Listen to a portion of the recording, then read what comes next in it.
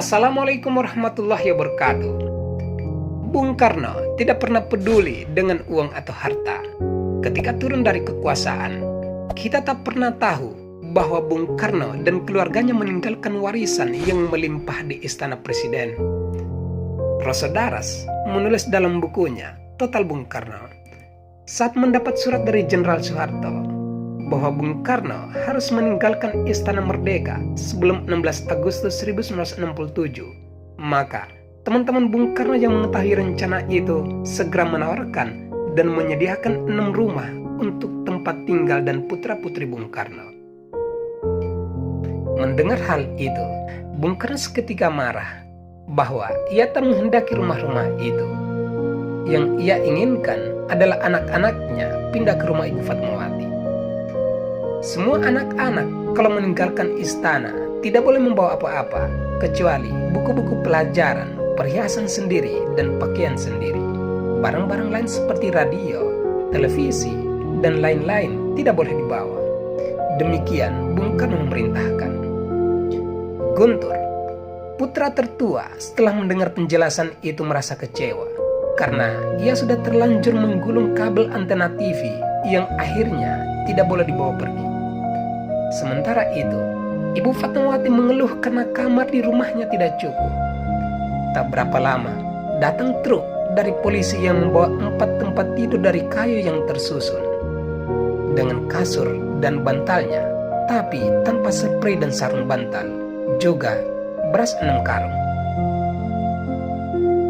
Anak-anakku semua disuruh tidur di tempat tidur susun dari kayu, tanpa spray dan sarung bantal. Konon, Ibu Fat marah-marah kepada utusan yang membawa perlengkapan itu. Bung Karno sendiri keluar dari istana dengan mengenakan kaos oblong cap cabe dan celana piyama warna krem. Baju piyamanya disampirkan ke pundak dan ia memakai sendal bata yang sudah usang. Tangan kanannya memegang kertas koran yang digulung berisi bendera pusaka merah putih. Bendera yang dijahit oleh istrinya sendiri, Ibu Fatmawati, ketika masa proklamasi kemerdekaan dahulu. Ia meninggalkan istana dengan mobil kodok yang dikendarai seorang sopir asal kepolisian.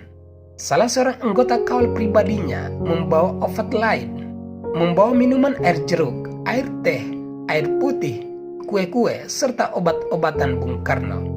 Itulah seluruh harta yang dimiliki Bung Karno ketika meninggalkan istana. Selebihnya ditinggalkan.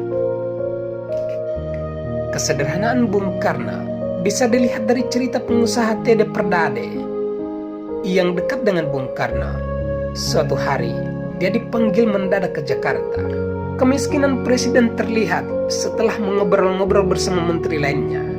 Presiden Republik Indonesia itu mengajak Tede Perdede ke pojok ruangan. "Perdede, bisa kau pinjamkan aku uang?" Gelagapan karena langsung ditodong oleh penguasa negeri, Tede Perdede merogoh saku-saku jasnya dan memberikan $1.000 dari kantongnya. Namun, Bung Karno hanya mengambil secukupnya dan mengembalikan sisanya kepada Perdede.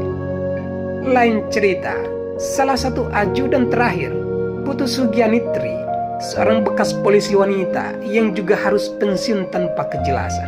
Suatu saat, setelah tidak menjadi presiden, Bung Karno jalan-jalan keliling kota dan tiba-tiba ingin buah rambutan. "Tri, beli rambutan." "Singlah pis," kata Bung Karno dalam bahasa Bali yang artinya saya tak punya uang. Jadilah sang ajudan memakai uang pribadinya untuk mantan presiden yang tidak memiliki uang itu. Ada juga cerita dari Ali Sadikin saat ia menjabat Menko Maritim. Ia ditanya oleh Bung Karno apakah ia bisa membantu bisnis mertua Bung Karno yang berkaitan dengan perizinan pelabuhan.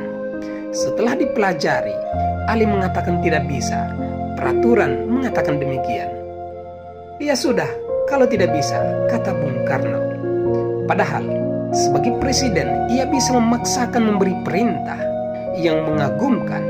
Bung Karno selanjutnya tidak pernah dendam, bahkan kelak mengangkat Mayor Jenderal Kakao Ali Sadikin sebagai gubernur Jakarta. Itulah kisah pilu Bung Karno sejak diusir dari istana presiden hingga tak memiliki apa-apa.